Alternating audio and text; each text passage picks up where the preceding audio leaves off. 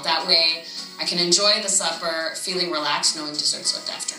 I've got a cup and a quarter flour in here now, and I'll add a quarter teaspoon of fine salt.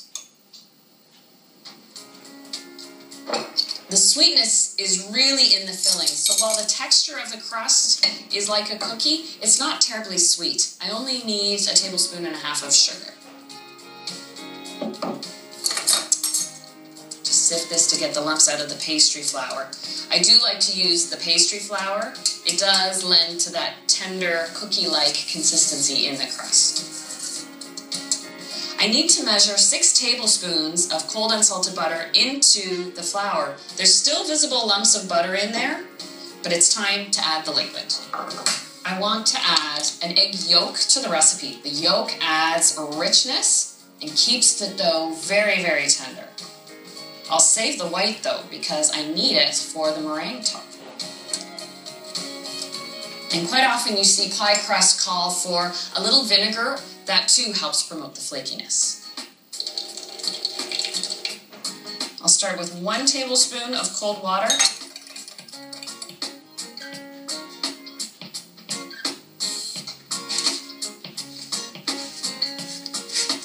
So I'll bring it together by hand, and I can always add more liquid to it if I need to.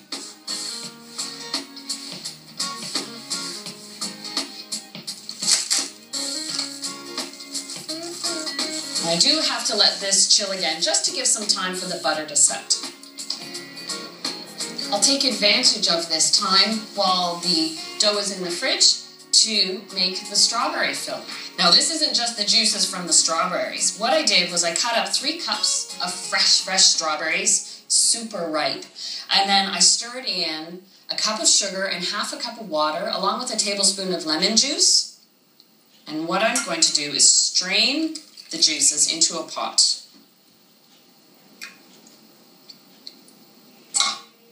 Now I'll add the strawberries back to the bowl. I'll take care of those in a minute and bring this beautiful red strawberry syrup just up to a boil. I use 3 tablespoons of cornstarch to thicken this bit of liquid. I'm not adding the cornstarch right to the liquid, so you have to add a couple tablespoons of cold water to the cornstarch to create what's called a slurry. And now I can whisk in the cornstarch slurry and make sure it comes up to a full boil. And I've taken it off the heat. When it's completely cooled to room temperature, I'll fold it into the strawberries. While I made the dough with pastry flour, I prefer to roll with all-purpose or sometimes even bread flour so that it doesn't absorb into the dough itself as I'm rolling it. Just use gentle back and forth motions. I like to put a little sprinkle of flour in the bottom of each tart shell instead of spraying it, and that just ensures that it won't stick.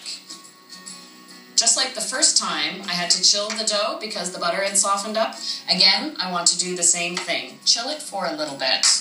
I'll just dock the bottom with a fork. That way, as the tart shell hits the heat of the oven and expands a little bit, the air can escape. That way I won't get a bubble on the bottom of the crust. And I bake these just like this. I don't weight down the tart shells at all. Just as is in a 350 oven for 15 to 18 minutes. After these are baked and cooled, my strawberry syrup should be cooled, and it's time to assemble the tarts. The tart shells are baked and cooled. The thickened strawberry syrup is cooled, so now it's time to do the meringue and assemble the beautiful strawberry meringue tarts. Here's that 1 egg white I saved. And I've warmed up 4 eggs, so everything's at room temperature. An egg white whips to a better volume when it's at room temperature. Before I start whipping, just a touch of lemon juice, a little lemon juice or white vinegar, helps the meringue keep its volume and prevent separation. And I'll whip this, adding half a cup of sugar gradually until it's a full, fluffy meringue, marshmallow texture.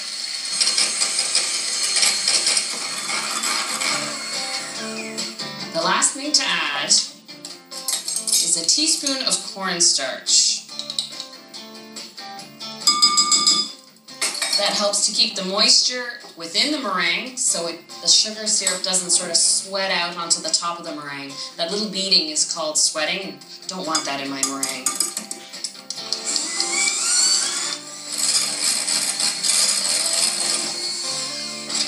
Got the cooled shells, the meringue, and thickened syrup is almost like a strawberry jelly.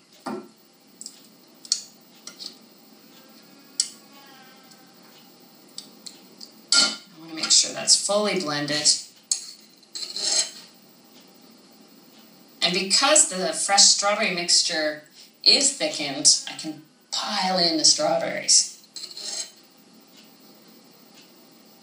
Big fluffy dollops on each tart. Yeah, look at that.